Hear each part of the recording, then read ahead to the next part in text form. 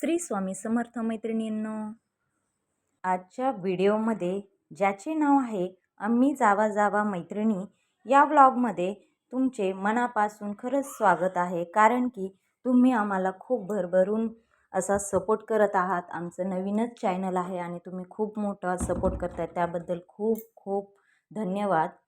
आणि आजच्या दिवसाची सुरुवात तर पहा, झाडून वगैरे हे दारातलं झाडून वगैरे घेते. घरातलं झाडून वगैरे झालं. आज मुलींना सुट्टी होती, मग त्यामुळे थोडेसे कामं चालू होते. त्याच्यानंतर घरातलं सर्व झाडून वगैरे झालं आणि थोडं झाडांना पाणी घातलं. थोडासा पाऊस झालेला मी तुम्हाला सांगितलं होतं. मग थोडं झाडाला पाणी घातलं, त्याच्यामध्ये बाळ मध्ये मध्ये मध्ये मध्ये करत होतं. शुक्रवार होता, सर्व काही झाडून पुसून वगैरे झालं होतं. दारात थोडी रांगोळी काढली होती, परंतु ही रांगोळी मोस्टऑफ आम्ही काढतच नाही, कारण की दोन्ही छोटे बाळ आहेत, ते सर्व काही पुसून देतात. आणि पाहू शकताय महालक्ष्मीचे मंत्र लावलेले आहेत. हे शुक्रवारची आमची वैभवलक्ष्मीची पूजा असते, त्यामुळे आम्ही लावत असतो. सकाळी रोज तर तारक मंत्र वगैरे असतोच. आणि त्यानंतर मग उंबरठा पण वगैरे शुक्रवारी गुरुवारी हे उंबरठा पण करतो. दररोज जर करणं शक्य नाही झालं लहान बाळांमुळे, तर गुरुवार आणि शुक्रवार हा आमचा ठरलेला आहे. त्याचबरोबर आमोशा वगैरे उंबरठा पण करणे खूप चांगलं आहे, कारण की निगेटिव्ह जी पॉवर असते बाहेरून आतमध्ये येण्याची वगैरे, ती खूप प्रमाणात कमी होते. कमी म्हणजे आतमध्ये येतच नाही. ज्या दरवाजावर ज्या उंबऱ्यावरून आपल्याला लक्ष्मी येते जाते, तर त्याच उंबऱ्यावर जर आपण हे उंबरठा लेपन हळदीचे लेपन केले तर ते खूप खूप फायदेशीर असे राहते. त्यासाठी आपण उंबरठा लेपन करणे खूप जरुरी असते. तुम्ही पण करा, नक्की करा. याबद्दलचा पण व्हिडिओ मी शॉर्टमध्ये टाकलेला आहे, ते तुम्ही जाऊन पाहू शकतायत. याला खूप वेळ असा लागत नाही, थोडाच वेळ लागतो.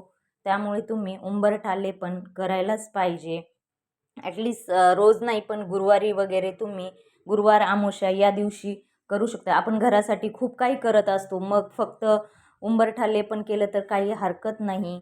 चांगल्या घरात सुख समृद्धी शांती येण्यासाठी, घरातील निगेटिव्ह पॉवर जाण्यासाठी हा उपाय तुम्ही करू शकताय. त्याचबरोबर दुसरी गोष्ट सांगायची झाली तर शुक्रवार आहे, तर त्यामुळे मग आज उपवास असतो आम्हाला. आम्ही सहसा उपवासाचं भगर वगैरेच खातो, परंतु आज साबुदाणा करायचा होता, साबुदाणा भिजवला होता.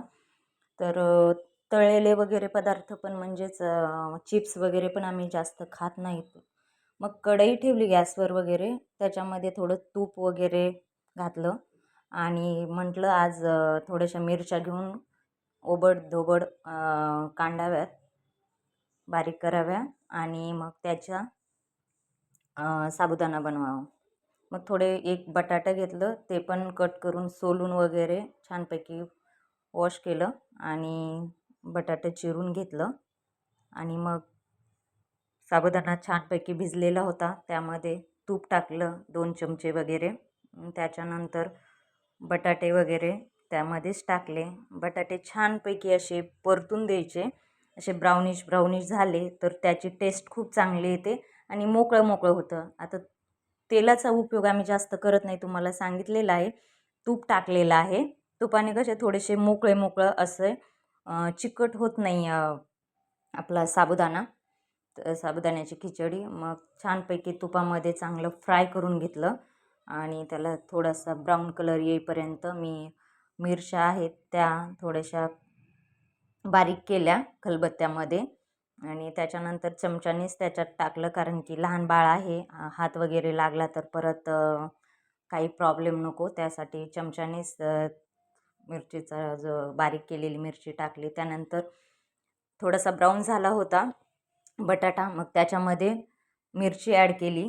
त्याच्यानंतर साबुदाणा छानपैकी असा भिजला होता आणि मोकळा मोकळा झाला होता. त्याच्यात खूप कमी प्रमाणात, तुम्ही कसं भिजवतात ते कमेंट्समध्ये नक्की सांगा. मी थोडंसं पाण्याने चांगलं वॉश वगैरे करून घेतला आणि त्याच्यानंतर त्याच्यात थोडं पाणी टाकलं. जास्त पण पाणी नाही, कमी प्रमाणातच टाकलं आणि चांगला भिजला. फक्त 1-1.5 तासामध्येच तो व्यवस्थित भिजला. त्याच्यामध्ये मग थोडंसं मोठं मोठं असं कूट टाकलं. तर 4 चमचे मी कूट टाकलं त्याच्यामध्ये आणि व्यवस्थित असे मिक्स करून घेतले. आणि उपवासाचेच मीठ वगैरे होतं, चवीनुसार मीठ वगैरे मिक्स केलं. आणि मग त्याच्यानंतर तोपर्यंत जी मिरची वगैरे होती ती चांगली फ्राय झालेली होती. आज काही जास्त स्वयंपाक वगैरे काही नव्हता. मुलांना आज इडली वगैरे होती. इडली होती म्हणजे इडलीचं काढायचं राहिलं. काल भिजवली होती, तुम्हाला व्हिडिओ मी टाकलेला होता. तर ती आता मिक्सरमधून काढायची. हे झाल्यानंतर मिक्सरमधून काढायचे आहे. आणि याच्यानंतर आम्हाला थोडंसं बाहेर जायचं आहे. कुठे जायचं आहे ते तुम्हाला सांगतेच. अशा प्रकारे मग छानपैकी फ्राय झालं. आता साबुदाणा त्यामध्ये टाकला आणि थोडीशी वाफ येऊन द्यायची आहे. वाफ चांगले 2-3 मिनटामध्ये छानपैकी वाफ येते आणि स्टीलच्या कढईमध्ये हा साबुदाणा केलेला आहे. खूप कमी आसनवर ठेवले. आता ते काल भिजवलेलं होतं मी आपलं याचं इडलीचं. मग ते म्हटलं आता हे साबुदाण्याचं कंप्लीट झालं. मग आता इडलीचं करावं, कारण ते खरकटे हात वगैरे लागू नये, उपवास होता. मग इडलीचं काढलं. ते येल्लो का आहे तर तुम्हाला माहिती आहे की ते अंगणवाडीमधून ते पॅक भेटले होते. त्याचंच भिजवली होती इडलीसाठी आणि त्याची खूप छान टेस्ट लागते. त्याच्यात सर्व प्रकारच्या डाळी वगैरे असतात. तुम्ही कोणी केली नसेल, जर तुमच्याकडे लहान बाळ असेल, त्याला असे भेटत असेल तर खरंच तुम्ही एकदा करून पहा. खूप छान प्रकारे त्याची टेस्ट लागते. मग ते झालं सर्व काही. त्याच्यानंतर हे पाहू शकतायत पिशव्या. तर आता खूप दिवसांनी म्हणजे 1 महिन्यानंतर आम्ही आत्ताच आलेलो आहोत गावावरून वगैरे. आणि आता आम्ही मार्केटमध्ये भाजी मंडईमध्ये चाललो आहोत भाजी वगैरे घेण्यासाठी. खूप दिवसांनी. आणि आज काय झालं, एका बाळाला बरोबर घेऊनच जात असतो, परंतु आज मुलींना सुट्टी होती. मग म्हटलं त्यांना ठेवूनच जावं. मग एक ठेवली शेजारी आणि दुसरीला पण तिथेच ठेवलं. आणि मग मुलींना म्हणलं त्यांच्याकडे चांगलं लक्ष द्या, त्यांना खायला वगैरे सकाळी घातलं. आणि आता आम्ही उतरत आहोत. म्हटलं पटकन रिक्षा वगैरे बघून पटकन निघून जावं. मग भाजीपाला वगैरे खूप दिवसापासून, काल खूप पाऊस झाल्यामुळे आता रस्त्यावर पण खूप आज शांतता आहे. रिक्षाच पाहत आहोत, परंतु रिक्षा काही भेटत नाही आहे. मग म्हटलं बघू, रिक्षावाले पण कधी कधी भेटतात, कधी कधी नाही भेटत. म्हटलं पटकन लहान बाळे घरी आहेत तर मग पटकन जाऊन यावं, म्हणून मग चालतच नाहीच रिक्षा भेटला. आता राहिलं होतं थोडंच दूर. म्हटलं मग चला मग आपण चालत पटकन जाऊ. मग चालत निघालो होतं. हे पहा पावसाने खूपच चिखल वगैरे होता. मग तसंच आम्ही गेलोत पटकन. हे पहा मार्केट आलं आहे.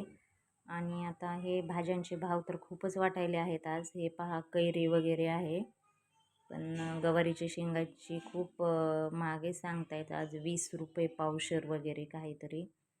तर कमी करा म्हटलं तर नाही, 1 किलो घ्यायची होती, मुलींना टिफिनला वगैरे लागते. कारण की ते दुसऱ्या भाज्या काही खात नाही. भेंडी आणि गवारी वगैरे मोकळी करून त्यांना देता येतं. मग ह्या मावशीकडे खूप चांगली कवळी होती. मग त्यांना म्हटलं 60 रुपयाची द्या. मग त्यांनी 60 रुपये किलोची ही गवारीची शेंग दिली. आणि दुसऱ्या ठिकाणी भेंडी होती, खूप छान होती. ती पण 20 रुपये पावशेर होती. मग आम्ही 15 रुपये म्हटलो.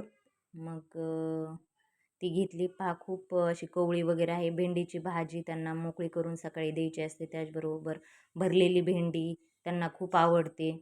मग त्याच्यासाठी मग स्कूलसाठीच मोस्ट ऑफ जास्त भाजीपाला वगैरे घ्यायचा असतो. भाज्या तर काही हिरव्या खात नाहीत, परंतु मग हे आपलं भेंडी वगैरे ते खातात. परंतु भाजीपाला काही खात नाही. त्यांना खूप राग होतो, नाही खात. त्यांना दोघींना पण चष्मे लागलेत. आणि जे 0.5चा लागलेला बारकीला तर ऐकत नाही आहे. टी व्हीमुळे नाही, पण हे असं खाण्यामध्ये त्यांना खूप असं हिरव्या पालेभाज्या वगैरे काही खात नाहीत. अशा प्रकारे खूप वेळ लागलं भेंडी निवडायला, कारण की त्याला खूप काटे होते. तर मग ह्या कवळ्या होत्या पण काटे होते. मग ते घेतली. त्याच्यानंतर टॉमॅटो होते. टॉमॅटो पण खूप महागे होते. काहीतरी 15 का 20 रुपये किलो काहीतरी होते. खूप छान आहेत हे टोमॅटो. मग हे टोमॅटो आम्ही 1 किलो घेतले. हो, पहिले अर्धा किलो म्हटलं पण ते खूपच 2-4च भरले गेले. मग त्याच्यानंतर मग आम्ही परत म्हटलं 1 किलो घेता येईल. कारण की काय होतं कधी कधी नाही खाण्यात आलं की मग ते लवकर सडतात वगैरे. मग अशा प्रकारे भेंडी वगैरे हे सर्व काही घेतलं. त्याच्यानंतर शेवग्याची शेंग घ्यायची होती. शेवग्याची शेंग छोट्यांना आम्ही शिजून त्याचं पाणी आणि शिजवलेली शेंग देतो. त्या दोघी छोट्या त्या 2 वर्षाच्या त्या खूप आवडीने खातात म्हणून मग शेंग घेतली.